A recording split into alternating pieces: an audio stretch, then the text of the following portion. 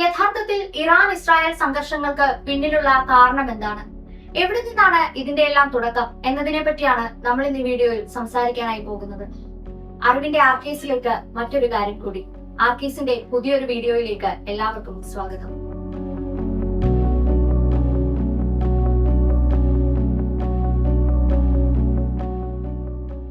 ആയിരത്തി 1948 ആധുനിക ഇസ്രായേൽ രാഷ്ട്രം രൂപീകരിക്കപ്പെടുന്നത്. ചിലർ അതിനെ അംഗീകരിക്കുകയും മറ്റു ചിലർ അതിനെ നിരസിക്കുകയും ചെയ്തു. എന്നിരുന്നാലും ഇസ്രായേൽ രാഷ്ട്ര രൂപീകരണം മിഡിൽ ഈസ്റ്റേൺ ജിയോ പൊളിറ്റിക്സിൽ പുതിയൊരു യുഗത്തിന് തുടക്കം കുറിക്കുകയായിരുന്നു.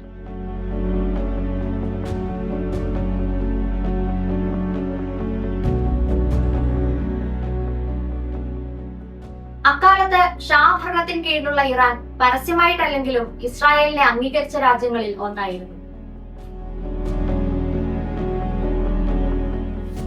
ശത്രു രാജ്യങ്ങളാൽ ചുറ്റപ്പെട്ട് കിടന്നിരുന്ന അറബിതര രാഷ്ട്രങ്ങളായിരുന്ന ഇസ്രായേലും ഇറാനും 1950കളിലും 60കളിലും സാമ്പത്തികമായും സൈനികപരമായും പ്രത്യേകിച്ച് എണ്ണയുടെ കാര്യത്തിലും രഹസ്യമായെങ്കിലും തന്ത്രപരമായ ഒരു ബന്ധം നിലനിർത്തി പോന്നിരുന്നു. പക്ഷേ ഈ നിശബ്ദ പങ്കാളിത്തം ദീർഘകാലം നിലനിന്നു പോയില്ല. 1979 ഇസ്ലാമിക വിപ്ലവം ഇറാനിൽ അലയടിക്കുന്നു. ഷാ രാജ്യം വിട്ടു. ആയത്തുള്ള ഖൊമേനി, ഇപ്പോഴത്തെ സുപ്രീം ലീഡർ, ഇറാന്റെ അധികാരത്തിലേക്ക് വരും. അതോടൊപ്പം ഒരു പുതിയ ആശയധാര ഇറാനിൽ ഉടലെടുത്തു. ഇസ്രായേലിനെ ഒരു ശത്രു രാജ്യമായി മാത്രമല്ല, പാശ്ചാത്യ സാമ്രാജ്യത്വത്തിന്റെ പ്രതിരൂപമായി കണക്കാക്കുന്ന ഒന്നായിരുന്നു അത്. ഇറാൻ ഉടനടി ഇസ്രായേലുമായുള്ള എല്ലാ ബന്ധങ്ങളും വിച്ഛേദിച്ചു. ഒരൊറ്റ രാത്രി കൊണ്ട് ഇറാന്റെ ക്യാപിറ്റൽ സിറ്റിയായ ടെഹ്റാനിലുള്ള ഇസ്രായേൽ എംബസി പാലസ്തീൻ എംബസിയായി മാറി.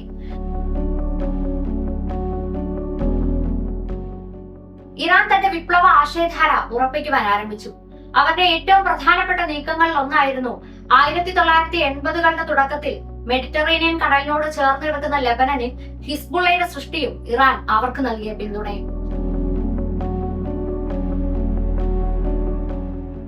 ലെബനനിലെ ഇസ്രായേലിന്റെ ഇടപെടലിനുള്ള ഇറാന്റെ മറുപടിയായിരുന്നു ഹിസ്ബുള്ള.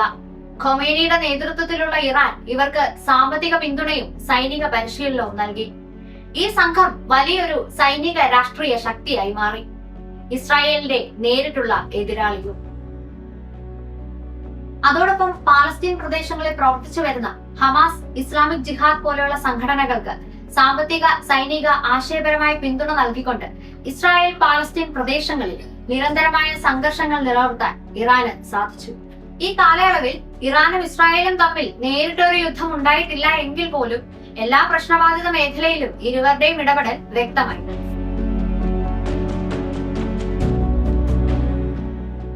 തുടർന്ന് 2000കളുടെ തുടക്കത്തിൽ ഇറാന്റെ ആണവ പദ്ധതികളെ കുറിച്ച് ഇസ്രായേൽ ആശങ്ക പ്രകടിപ്പിച്ചു. എന്നാൽ തങ്ങൾ അത് സമാധാനപരമായ ഊർജത്തിന് വേണ്ടിയാണ് നടപ്പാക്കുന്നതെന്ന് ഇറാൻ വാദിച്ചു. എങ്കിലും ഇസ്രായേലും മറ്റ് പാശ്ചാത്യ രാജ്യങ്ങളും അതിനെ വളരെയധികം സംശയത്തോടെയാണ് നോക്കിക്കണ്ടത്.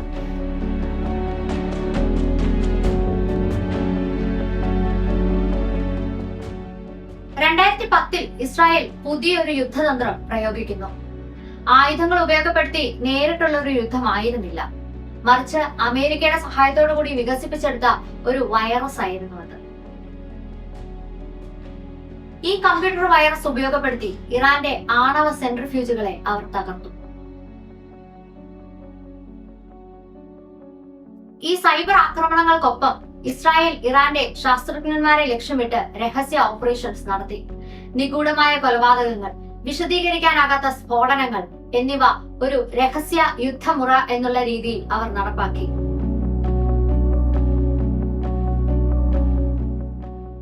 ഇതിനെതിരെ ഇറാൻ പ്രതികരിക്കുന്നത് ഹിസ്ബുള്ളയ്ക്ക് കൂടുതൽ ആയുധബലം നൽകിക്കൊണ്ടാണ്.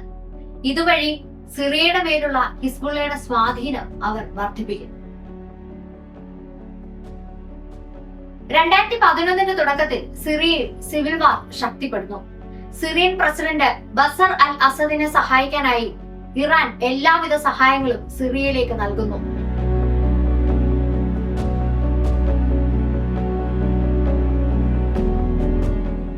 സിറിയൻ സിവിൽ വാറിൽ ഇടപെടുക വഴി ഇറാൻ തങ്ങളുടെ അതിർത്തി പ്രദേശങ്ങളിൽ ശക്തി പ്രാപിക്കുമെന്ന് മനസ്സിലാക്കിയ ഇസ്രായേൽ നൂറുകണക്കിന് വ്യോമാക്രമണങ്ങൾ സിറിയയിലേക്ക് നടത്തും. ഗോലൻ ഹെയ്റ്റ്സിൽ നിന്ന് ഇറാനെ അകറ്റി നിർത്തുക എന്നതായിരുന്നു ഇസ്രായേൽ ലക്ഷ്യം വെച്ചിരുന്നതെങ്കിൽ തെഹ്റാനിൽ നിന്ന് ബെയ്റൂട്ടിലേക്ക് ഒരു ലാൻഡ് കോറിഡോർ നിർമ്മിക്കുക എന്നതായിരുന്നു ഇറാന്റെ ലക്ഷ്യം.